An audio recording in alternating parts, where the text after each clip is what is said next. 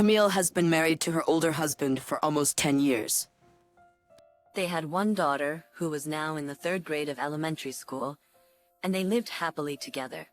Her happy life changed drastically when her husband quit his job 2 years ago.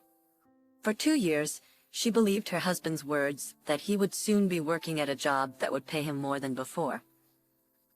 When Camille, fed up with her husband for showing no sign of working, finally opened her mouth, her husband got mad at her. You're only doing housework and raising a child.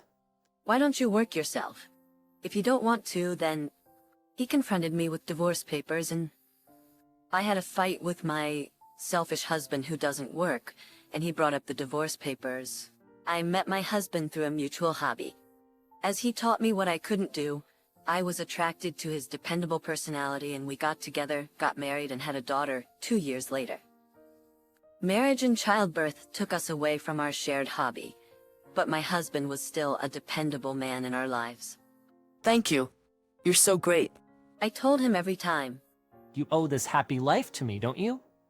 It had become his habit to say so. I had been bothered by it since I noticed it.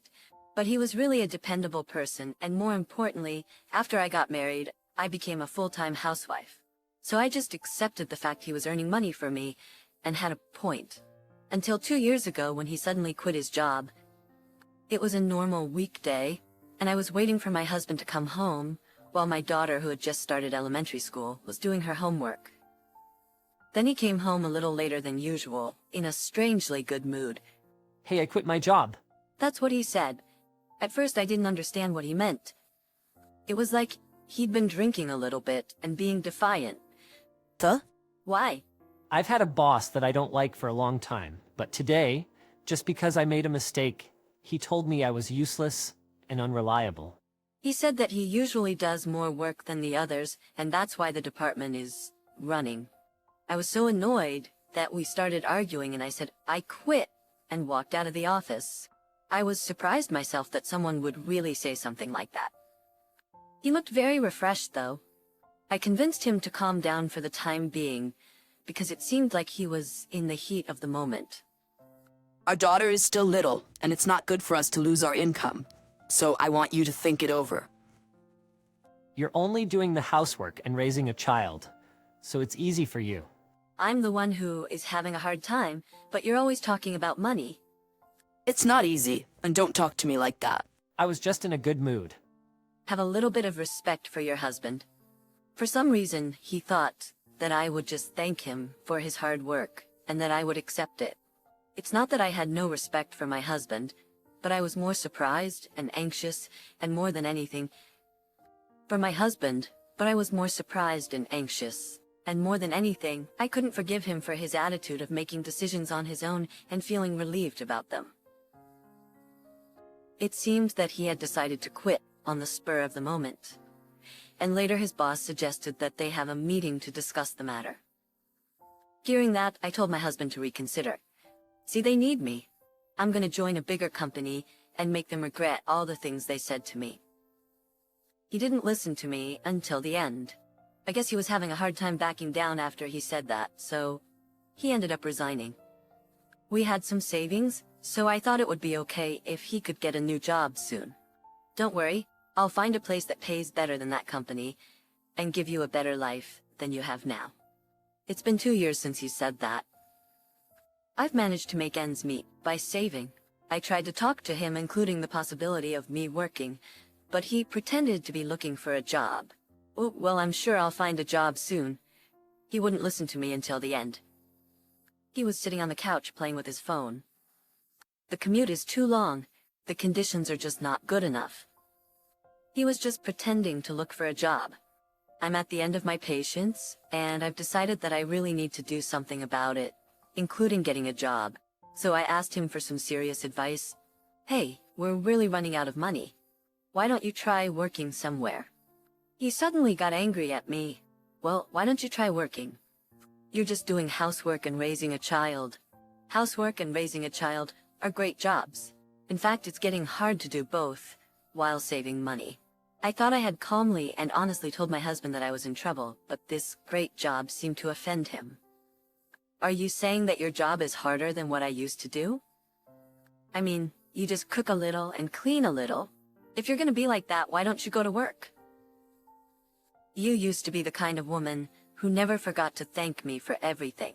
But now that you're living off my income, you think you're great just for doing the housework and raising the child. I don't like that. Il était sarcastique. Je pense pas comme ça. En fait, nous menons une vie normale maintenant. Qui pensez-vous qui a travaillé si dur pour obtenir ces économies? Je suis sûre que nous nous en sortons avec nos économies maintenant, grâce à ton salaire, mais nous économisons beaucoup, d'accord? Tu n'es pas sérieux à propos d'économiser de l'argent, n'est-ce pas? Nous mangeons des collations et achetons des vêtements comme d'habitude. Tu ne travailles pas assez dur, que ce soit pour les tâches ménagères ou pour économiser de l'argent. J'ai travaillé dur et gagné de l'argent pendant des années. Alors pourquoi ne vas-tu pas travailler et soutenir la famille? Eh bien, je ne pense pas que tu puisses. Pourtant, si je dois envisager de travailler, tu vas devoir m'aider avec les tâches ménagères et l'épargne. Quoi qu'il en soit, je ne veux pas que tu restes sur le canapé toute la journée. J'ai besoin que tu essayes de trouver un emploi ou de faire des tâches ménagères. Pine, pourquoi ne peux-tu pas travailler juste à cause des tâches ménagères?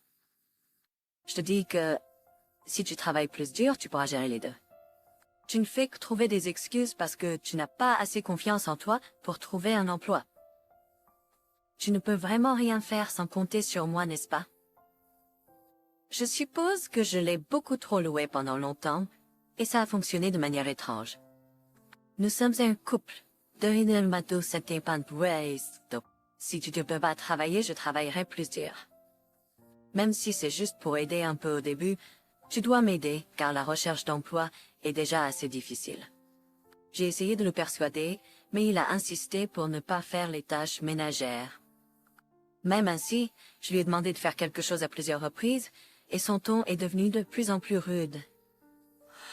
Je ne pensais pas que tu étais aussi arrogante.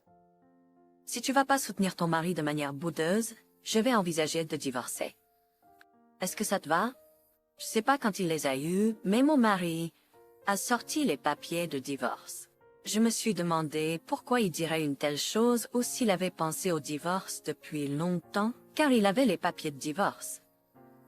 Et tellement d'autres choses sont sorties de nulle part que j'ai pas pu répondre à quoi que ce soit. Quand je n'ai rien dit, mon mari m'a regardé avec un air triomphant. Eh bien, si tu changes d'avis, je réfléchirai à nouveau au divorce. Prends juste ton temps pour y réfléchir. Avec ça, il a quitté la pièce. Il m'a juste poussé les papiers de divorce, et j'ai réfléchi pendant quelques jours, mais je ne sais pas quoi faire. Je vais parler du divorce avec lui ce soir.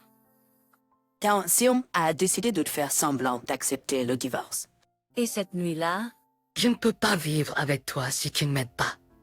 je veux retourner chez mes parents et travailler pendant qu'ils m'aident avec les tâches ménagères et l'éducation d'un enfant. Alors divorçons. Au début, il m'ignorait comme d'habitude, mais dès que j'ai dit que je voulais divorcer, il est devenu pâle et impatient. Hein, tu es sérieuse? Tu penses vraiment pouvoir trouver un travail? Ce n'est pas une question de pouvoir ou de ne pas pouvoir le faire, mais je supporte plus la situation. Eh bien, je ne sais pas quoi te dire quand tu me dis que tu veux divorcer soudainement. Il disait toujours que j'avais besoin de lui, mais je n'avais jamais entendu sa voix trembler comme ça avant. Mais toi et Léa ne pouvaient rien faire toute seule, n'est-ce pas? Je ne pourrais plus changer les ampoules pour toi. En voyant mon mari si bouleversé et répétant qu'il ne pourrait pas faire ceci ou cela, j'étais de plus en plus déterminée à divorcer. Il n'a pas dit qu'il allait travailler tout de suite. Je suis déjà en train de me diriger vers le divorce. Nous allons en parler une dernière fois demain. La réaction du mari de Camille lorsqu'elle a essayé d'initier le divorce était ce qu'il a vraiment décidé à le faire. Demain, je lui ai dit que je voulais être sûre à nouveau de sa volonté de travailler pour le moment. Je lui ai rappelé ce que j'avais dit quand il m'avait remis les papiers du divorce, que nous pourrions nous en sortir si nous travaillions tous les deux, même si notre revenu diminuait, et que nous voulions partager les tâches ménagères et la garde des enfants dans ce but. Mon mari était très déprimé à cause de ce qui s'était passé la veille, mais il a commencé à exprimer ses opinions d'une voix calme. Je ne dis pas que je ne suis pas prêt à travailler, mais c'est difficile de trouver un emploi qui correspond aux critères que je recherche. Avec mon parcours, je devrais trouver un bon travail. Je ne peux pas entrer dans une entreprise pour riche. J'étais stupéfaite qu'il puisse dire une telle chose après tout ce temps. Même s'il avait travaillé très dur et occupé un poste décent dans son ancienne entreprise, il est impossible de se concentrer uniquement sur ses souhaits dans la situation actuelle. Si tu pouvais mettre un peu de cette motivation dans les tâches ménagères et l'éducation des enfants, je pourrais travailler à temps partiel et faire de mon mieux. Alors, s'il te plaît, réfléchis-y. J'ai essayé de me résigner au divorce à ma manière, mais Je pense que c'est du gâchis de mes capacités de faire les tâches ménagères et l'éducation des enfants. Austef puis abandonné. Les tâches ménagères, c'est juste cuisiner un peu et faire un peu de ménage entre deux. Tu n'es pas assez compétent, donc c'est tout ce que tu peux faire. Et il a dit tout ce qu'il voulait dire. Ça suffit, divorçons. J'ai dit clairement. Mon mari, malgré tout ce qu'il avait dit, voulait toujours éviter le divorce. Je parle de faire quelque chose pour ta faible capacité. Je vais te montrer comment faire, et tu pourras trouver comment travailler tout en faisant les tâches ménagères et l'éducation des enfants. En attendant, je suis sûre que je trouverai un emploi. Il continuait à dire la même chose comme ça, et nous n'avons pas avancé, et ma fille est rentrée de l'école avant que nous puissions arriver à un accord. Ma fille est de sentir l'étrange atmosphère, Peck ne va pas. et elle n'est pas entrée dans sa chambre, mais elle nous a juste appelés. Vous deux, vous avez été effrayants. J'ai ressenti de la culpabilité en entendant ces mots. Ma fille est maintenant en 3e année de primaire, et même si elle est jeune, elle est assez grande pour comprendre et deviner certaines choses. Jusqu'à l'autre jour, nous étions comme des parents proches pour un enfant. Elle ne nous a jamais vus nous disputer, mais maintenant quand je fais le ménage, mon mari dirait « Wow, ta mère travaille aussi dur qu'elle peut ». Il lui dirait avec un sourire en coin. Ma fille avait du mal à décider quoi lui répondre. Mon mari pense que s'il peut l'avoir de son côté, il peut s'en sortir. Quand ma fille s'est approchée de lui, il a saisi l'occasion pour commencer à lui parler. « Léa, bienvenue. Nous pourrions aller vivre séparément. Quoi? Ta mère, elle ne veut plus cuisiner et faire la lessive. Mais si nous vivons séparément, tu ne pourras plus jouer avec moi et je ne pourrai plus t'aider avec tes études, tu sais. N'est-ce pas triste? » Il venait juste de me parler de manière condescendante et déraisonnable, mais sa soudaine voix douce me mettait très mal à l'aise. Je n'aimais pas qu'il me blâme pour tout, mais je savais que je ne pouvais pas me disputer avec lui devant ma fille, alors j'ai juste avalé difficilement. Si, j'assois ici. Je viens juste de dire à ta mère qu'elle devrait essayer de faire un peu plus la vaisselle et la lessive. De la vaisselle et de la lessive. Léa, tu ne me manquerais pas si je partais soudainement? Disons à ta mère de travailler plus dur ensemble. Comme tu peux l'imaginer, j'ai argumenté quand je l'ai vu faire asseoir Léa à côté de lui. C'est pas juste de traîner Léa là-dedans. Nous devons prendre une décision ensemble. Mais je suis sûre que Léa me manquera. Mon mari était complètement concentré sur notre fille, et je pensais que cela allait être une autre conversation ratée. Mais ma fille, qui regardait droit mon mari, a dit « Je vais vivre avec maman. » Quoi? Je vais m'ennuyer de maman, mais je me fiche de toi, papa. J'ai été surprise, mais mon mari est assez déconcerté. Sa bouche était grande ouverte, et il n'arrivait pas à sortir un mot. Quoi? Que veux-tu dire? Parce que maman fait le dîner, je fais mes devoirs, et toi tu fais jamais rien. Je trouvais cela injuste, et je me débrouille très bien sans toi. Il semblait que Léa était mécontente de mon mari, à sa manière même avant que nous commencions à nous disputer. Elle commençait aussi à être rebelle, donc je suppose qu'elle n'aimait pas son père encore plus à ce moment-là. Lucas, qui ne jouait pas avec elle et ne lui apprenait rien, ne semblait pas avoir remarqué. Tu ne joues pas avec moi, et tu ne m'aides pas avec mes études. Mais nous sommes allés au parc ensemble, c'était quand j'étais en maternelle. Mon mari, qui était toujours sarcastique envers moi, ne semblait pas pouvoir répondre à ma fille. Sa bouche s'est transformée en grognement et il est devenu de plus en plus petit. Mais regarde, si je ne suis pas là, tu es juste en train de jouer sur ton téléphone. Je m'en fiche si tu n'es pas là. Ne dis pas ça.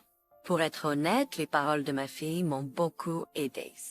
Je pense que ça lui a fait mal qu'elle dise qu'elle se fichait de sa présence ou non, et mon mari a juste baissé les yeux et n'a plus rien dit. Tu t'assois ici aussi. Je viens de dire à ta mère qu'elle devrait essayer de faire un peu plus de vaisselle et de lessive. Ça suffit. J'ai essayé de te parler plusieurs fois auparavant, mais c'est ta faute si tu me prends pas au sérieux. Mon mari était découragé, mais il n'aimait toujours pas ce que j'avais à lui dire, et il a continué à se disputer avec moi. Testoi. Pendant que je cherchais un emploi, tu as fait en sorte que Léa prenne ton parti. Je ne te pardonnerai jamais, même si tu t'excuses après le divorce. C'est bon, parce que je ne me tournerai pas vers toi pour de l'aide, même si j'étais en difficulté. J'étais tellement dégoûtée parce que mon mari disait que j'ai juste essayé de l'ignorer. Ma fille, peut-être sentant l'erreur, s'est rapidement proposée comme soutien. C'est un peu nul que tu te plaignes seulement à maman. Nul? Léa, Maman, ignorons-les, Dino. j'ai faim. Léa, c'est plus important que le dîner. Parlons-en bon sang. Papa, quand je te demande d'écouter quelque chose d'important, tu m'écoutes toujours en jouant avec ton téléphone.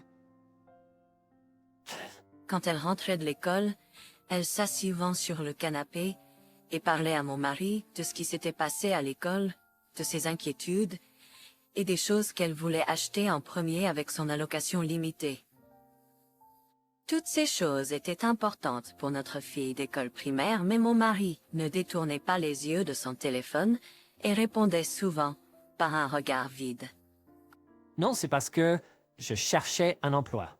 J'avais entendu cette excuse plusieurs fois, mais mon mari a été figé quand ma fille l'a réfuté. Non, c'est toujours un jeu sur l'écran.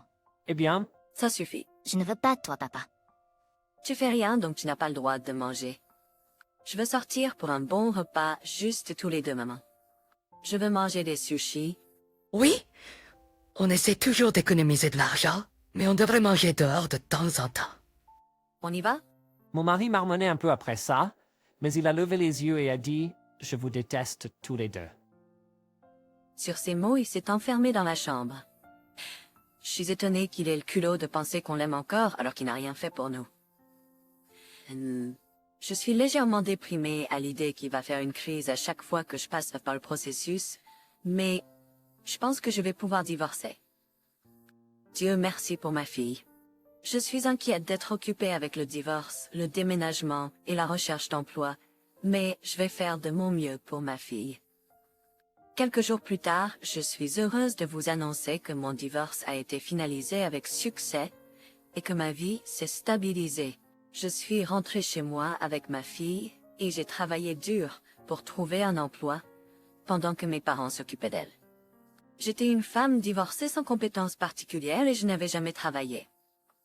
Je me suis mariée, mais j'ai eu la chance d'être embauchée comme employée de bureau dans une petite entreprise locale. Les gens autour de moi sont très gentils et ma fille semble apprécier sa vie. Ma fille n'a rien dit à propos de mon mari, mais peut-être qu'elle ne me le dit pas par souci pour moi, donc je prévois de lui en parler quand le moment sera venu. Léa a peut-être pensé que je n'aimais vraiment pas faire le ménage puisque Lucas lui a dit ça et elle commence à m'aider. Donc même si je lui dis que ça va, je la laisse m'aider. Pense que mon mari est retourné chez ses parents après le divorce. Ses parents sont même venus chez moi pour s'excuser. Selon mon ex-belle-mère, même à la maison, il se plaignait que c'était difficile pour lui de trouver un emploi parce que j'étais trop arrogante. Il se plaignait aussi que sa fille ait grandi en étant arrogante, comme sa mère. Ses parents l'ont sévèrement réprimandée, mais il prévoyait de rester à la maison tout le temps, et il a commencé à parler des conditions en regardant à nouveau son téléphone. Elle a dit que c'était pas bon pour lui, et qu'elle allait le mettre dehors, après un mois ou deux, sans lui dire. Quoi qu'il en soit, je vais oublier mon mari et faire de mon mieux pour être heureuse avec ma fille. Camille a réussi à divorcer de son mari égoïste. Il a essayé de mettre sa fille de son côté, mais il semble que sa fille les observait tous les deux. C'est surprenant à quel point on est observé dans la vie de tous les jours. Que quelqu'un vienne à votre secours quand vous êtes en difficulté peut dépendre de votre comportement jusqu'à ce moment-là. Merci de nous avoir regardés. Team. Veuillez nous donner une bonne note et vous abonner. J'attends avec impatience vos commentaires, alors n'hésitez pas à les laisser. À bientôt dans la prochaine vidéo.